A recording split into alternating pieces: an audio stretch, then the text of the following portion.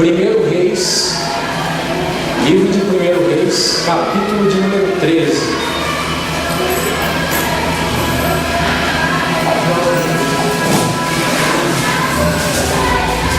Vou falar alguns minutos, um instante aqui. Não vou falar muito não, que eu sei que vocês estão cansados por causa da Santa Ceia de manhã. Mas quero ser fiel a algumas coisas, quero compartilhar esse texto, alguns princípios, algumas coisas desse texto, e não um texto pequeno. Capítulo 13, verso 1, você pode me acompanhar. Por ordem do Senhor veio um homem de Deus de Judá, Betel, e Jeroboão estava junto ao altar para queimar incenso. O homem clamou, ou na sua versão está o homem de Deus, clamou contra o altar por ordem do Senhor: altar, altar, assim diz o Senhor, um filho nascerá à dinastia de Davi, cujo nome será Josias. Ele sacrificará sobre ti os sacerdotes dos altos que sobre ti queimam incenso, e os ossos dos homens se queimarão sobre ti. Naquele mesmo dia deu ele um sinal, dizendo: este é o sinal de que o Senhor falou: o altar se partirá, e a cinza que está sobre ele se derramará. Quando o rei Jeroboão ouviu a palavra que o homem de Deus clamara contra o altar de Betel, estendeu a mão, dizendo: prendei-o. Mas a mão que estendera contra ele secou, e Jeroboão não conseguia mais recolhê-la. Então o altar se partiu, a cinza se derramou do altar, conforme o sinal que o homem de Deus havia anunciado por ordem do Senhor.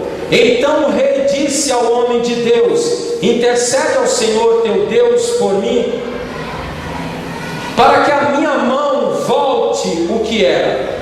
O homem de Deus suplicou ao Senhor, e a mão do rei voltou a ser como antes.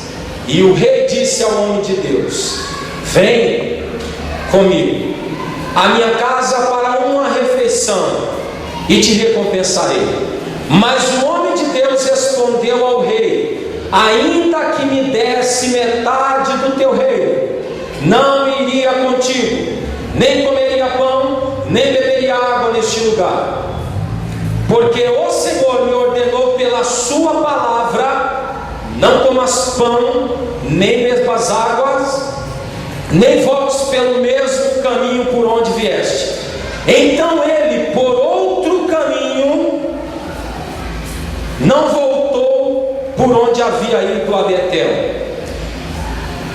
Em Betel morava um velho profeta. Seus filhos vieram contar-lhe tudo o que o homem de Deus havia feito aquele dia em Betel. E contaram-lhe também o que ele tinha dito ao rei. E o seu pai lhes perguntou: por onde ele foi? Pois seus filhos tinham visto o caminho que o homem de Deus tinha vindo de Judá e havia seguido. Então ele disse aos seus filhos: selai, algumas bíblias estão albardai ou arreai, o jumento para mim. Eles selaram o jumento, e ele montou, indo à procura do homem de Deus. Achou sentado debaixo de um carvalho e perguntou-lhe: és tu o homem de Deus que veio de Judá? Ele respondeu: sou. Ou sim, ou sou eu. Então ele lhe disse: acompanhe-me até em casa e coma pão. Mas ele insistiu: não posso voltar contigo, nem entrar em tua casa, nem tampouco comer pão, nem beberei a água contigo neste lugar, porque ele foi mandado pela palavra do bebas água, nem voltes pelo mesmo caminho por onde vieste. Mas o outro lhe respondeu: eu também sou profeta como tu, e um anjo me falou por ordem do Senhor: fazei-o voltar contigo à tua casa, para que coma pão e beba água. Mas o velho profeta estava mentindo. Assim, no versículo 19, o homem, eu quero chamar a atenção para esse detalhe. Todos os momentos nos versículos anteriores, o homem de Deus, mas no versículo 19, o homem voltou com ele, comeu pão em sua casa e bebeu água. Quando estavam assentados à mesa, a palavra do Senhor veio ao profeta. Agora já não era mais velho, agora é profeta, que havia feito voltar. E ele clamou ao homem de Deus que tinha vindo de Judá: assim diz o Senhor, porque foste rebelde à ordem do Senhor e não guardaste o mandamento que o Senhor teu Deus te deu, mas voltaste, comeste pão, bebeste água no lugar em que lhe havia falado: não comas pão, não bebas água, o teu cadáver não entrará no sepulcro dos teus pais. Depois que ele comeu, bebeu, o profeta que eu tinha feito voltar selou o jumento para ele, e ele se foi, mas um leão o atacou no caminho e o matou. O seu cadáver ficou estendido no caminho. O jumento estava lá parado ao lado dele, e também o leão que estava do lado do cadáver. Alguns homens passaram por ali e viram o cadáver estendido no caminho, e o leão ao lado do corpo. Então foram contar isso na cidade onde o velho profeta habitava. Quando o profeta que havia feito voltar do caminho ouviu isso, disse: é o homem de Deus que foi rebelde à palavra do Senhor, por isso o Senhor me entregou ao leão, que o despedaçou e o matou, conforme a palavra que o Senhor havia dito. Ele disse aos seus filhos: selai o jumento. E eles selaram. Chegando lá, encontrou o cadáver estendido no caminho, e o jumento e o leão parados ao lado do corpo, ou do cadáver.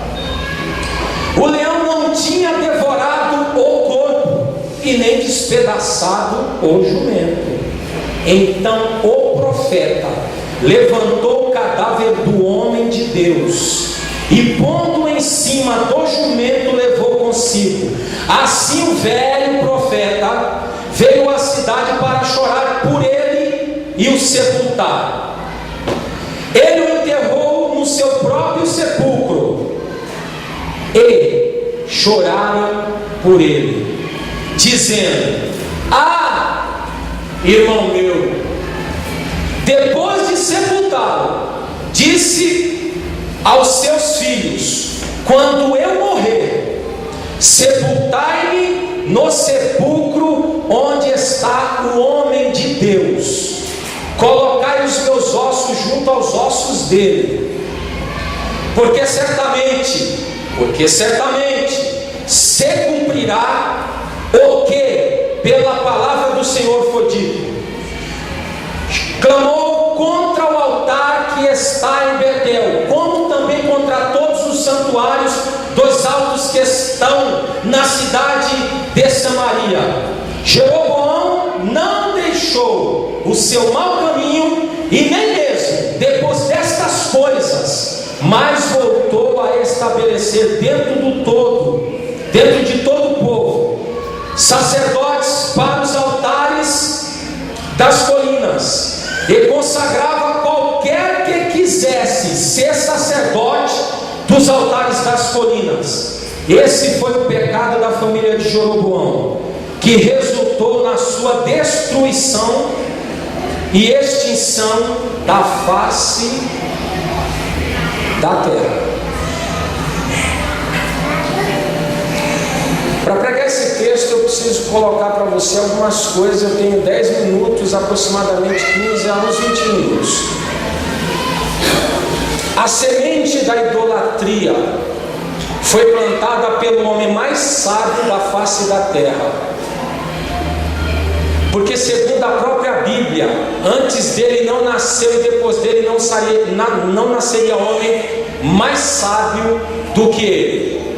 Por isso que no Novo Testamento só Jesus diz: eis aqui quem é mais sábio do que Salomão, porque era a própria palavra encarnada, a sabedoria de Deus. Salomão é um homem fantástico. Ele faz uma oração que poucos de nós teremos hombridade e honra para fazer. Ele não pede a Deus riqueza, fortuna ou conquistas materiais, mas ele pede uma coisa: Deus, me dá sabedoria e entendimento, porque o povo é grande, é numeroso, e eu preciso da tua sabedoria. Deus resolve atender a oração de Salomão por causa do seu quebrantamento e da retidão do seu coração.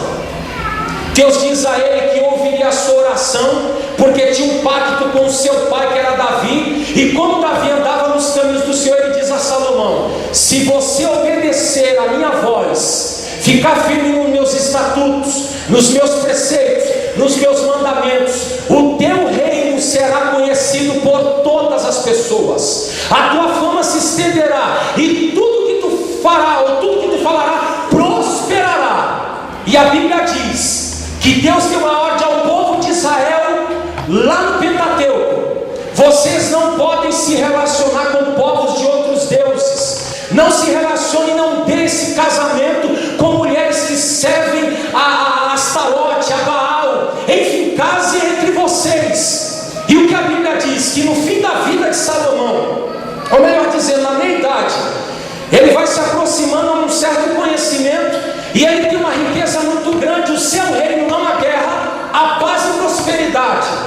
Antes de mais nada, ele conhece a filha de um faraó, casa-se com ela. Ele já não obedece o que Deus falou, mas até aí Deus não fala nada. Mas quando ele começa a se aproximar das mulheres moabitas, das mulheres que serviam a outros deuses, enfim, de outros povos, a Bíblia diz que Deus se apresentou a ele por meio do profeta e disse que por causa da rebeldia dele, tiraria da família dele agora o reino, e o seu reino seria dividido. Aí a Bíblia diz também: eu vou levantar no meio dos teus um servo para reinar em teu lugar.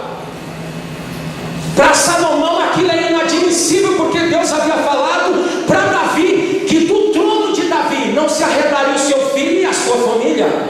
Mas por causa do pecado e da transgressão, da quebra do pacto com a aliança, Deus intervém e prova para Salomão que ele é Deus, age como quer, tem o controle de todas as situações, sabe o que há no nosso pensamento, o que desceu para o nosso coração e a posterior atitude que nós vamos ter. Deus fala com Jeroboão, que fugiu uma época para o Egito e lá aprendeu outras coisas, que se Jeroboão fosse fiel, Deus seria com ele. Mas o que diz a Bíblia? Que Roboão, que era o filho que herdaria o trono, não seguiu o caminho do Senhor, seguiu o caminho também da idolatria, filho de Salomão. Os homens dizem: alivia o jugo,